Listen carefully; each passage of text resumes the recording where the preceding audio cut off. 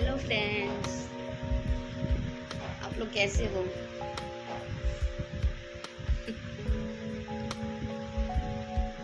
मैं आप लोगों को कुछ दिखाना चाहती हूँ। कितने दिन उसमें ब्लॉग नहीं बना रही हूँ ना। आप लोग भी सोचते होंगे कि कहाँ चली गई है, पता नहीं क्या हो गया, मरमरा तो नहीं गई। और मैं मरी नहीं हूँ, मैं जिंदा ही हूँ, क्योंकि मेरी इतनी अच्छी किस्मत है नहीं जो मैं मर जाऊँगी। जिसके अच्छे कर्म होते हैं ना, जो अच्छा काम किया हुआ रहता है, वही लोग मरते हैं। और मेरे जैसा बेकार, मेरे जैसा किस्मत वाली कहाँ से मौत नहीं आएगा। मेरे से मौत भी डरता है, हकीकत है। और जिस दिन मेरी मौत हुई ना, जिस दिन मुझे लेने आएंगे यमराज नहीं, भोले बाबा। पता है क्यों? उनसे मेरा कनेक्शन है। मैं उनकी बेटी हूँ, भोलेनाथ की। मैं उनको बहुत चाहती हूँ और चाहती रहूँगी। नाराज़ हूँ मैं उनसे, नाराज़ हूँ, पर ये नहीं कि मैं उनका नाम लेना छोड़ दी या ऐसा कुछ भी नहीं है फ्रेंड्स। वो जो मेरे दिल में बस, जैसे मेरे पति मेरे सांस मेरे रगो रग में बसे हुए हैं ना, उनके जाने के बाद भी उनकी यादें, उनका हर एक चीज़ मेरे अंदर है ना, वैसे ही सेम, वैसे ही। बस पति का प्यार अलग होता है और बाप बेटी का प्यार अलग होता है।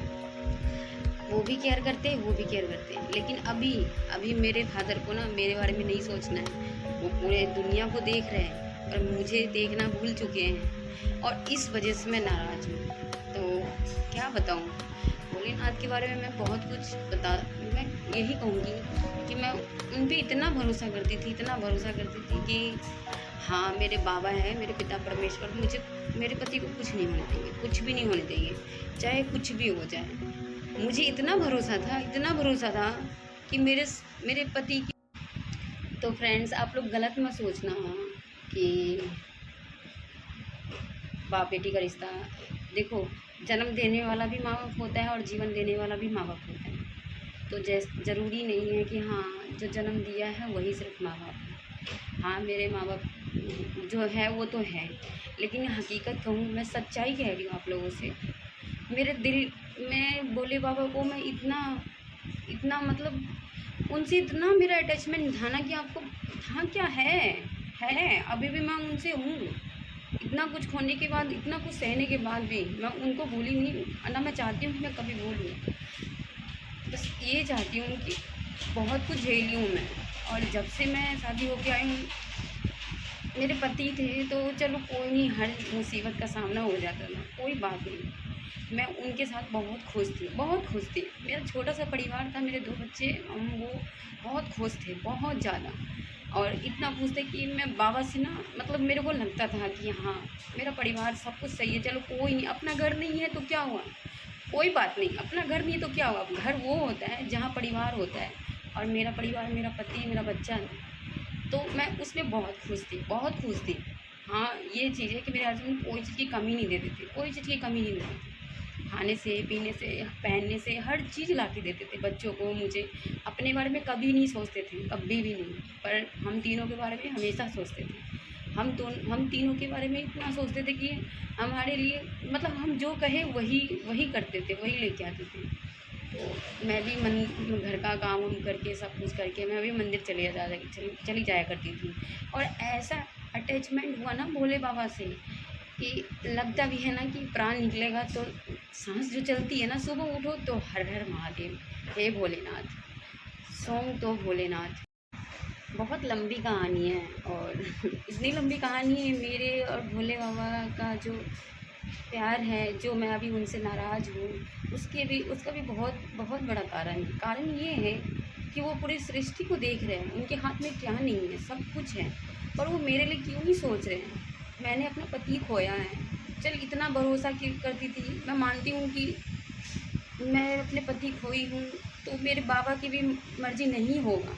कोई भी नहीं चाहेगा कि अपनी बेटी को इस रूप में दे, कोई नहीं चाहेगा, कोई भी नहीं चाहेगा। लेकिन मैं उनसे यही कहूँगी कि आप ठीक है, मेरे साथ जो हुआ है ठीक है, कोई बात नहीं, मैं उसको एक्सेप्ट करती हूँ। लेकिन कम से कम अब तो मेरी ज़िंदगी को आसान करो, मेरे बच्चों के लिए। जहाँ काम करती थी, जॉब करती थी, वहाँ भी माँ रहती थी, और कुछ फालतू के लोग थे, तो मुझे अच्छा नहीं लगता था, क्योंकि मैं कभी घर से बाहर निकली नहीं हूँ। अभी नहीं निकली हूँ। मेरे हस्बैंड के रहते मैं घर से नहीं निकलती।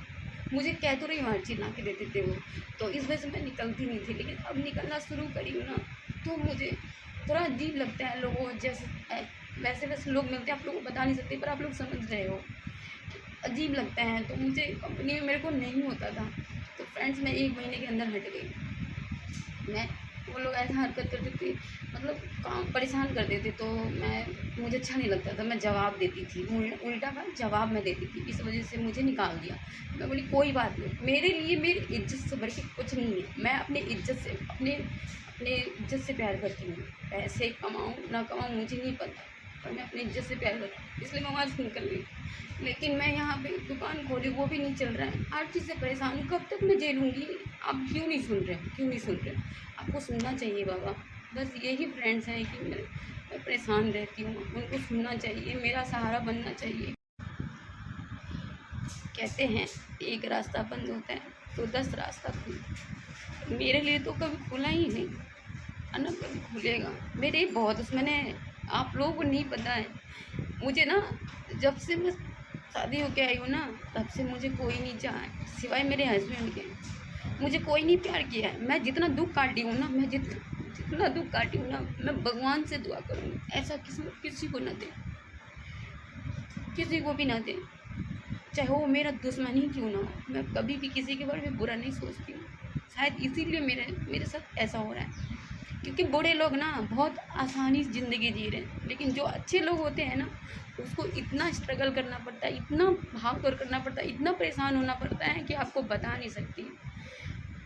समझ में नहीं आता है कि मेरे हस्बैंड का भी वही कहानी था। वो बहुत अच्छे थे, इतने भोले भाले थे ना, सीधे साधे, कि आपको पता नहीं कि यहाँ के लोग ना बहुत, यहाँ से भी जहाँ काम करते थे सब कहता था बंदा इतना अच्छा था, बंदा इतना अच्छा था। कभी किसी के मुंह से ये नहीं सुनी कि बंदा बहुत घटिया था। तो हम अच्छे, जैसे कहते नहीं है, अच्छे लोगों के साथ बुरा होता है, कभी अच्छा नहीं होता है। ज़्यादा अच्छा बनोगे ना तो उसका भोलापन का ना फ़ायदा बहुत लोग उठाते हैं, और शुरुआत तो हमारे घर से ही हुआ है।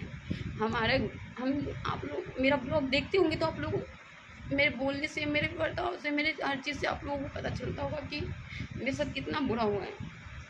और इस सब के बीच में भी मेरे भोले बाबा, जिस पे मैं इतना भरोसा करती थी, चलो उनके हाथ में मेरे हस्बैंड को नहीं बचाना था, मेरे नसीब में ही था कि मुझे इस रूप में आना है। लेकिन कम से कम चलो दुख भी काटना है मुझे, दुख भी काटना है, काट रही हूँ मैं, लेकिन कुछ तो सहारा बनो। कब तक दूसरे पे बोझ बनूँ? मैं कोशिश कर रही हूँ, कोशिश का फल तो दो, वो भी नहीं दोगे। इसी वजह से फ्रेंड्स मैं उनसे नाराज़ हूँ। और बहुत लंबी कहानी है, मैं आप लोगों को धीरे धीरे बताऊँगी।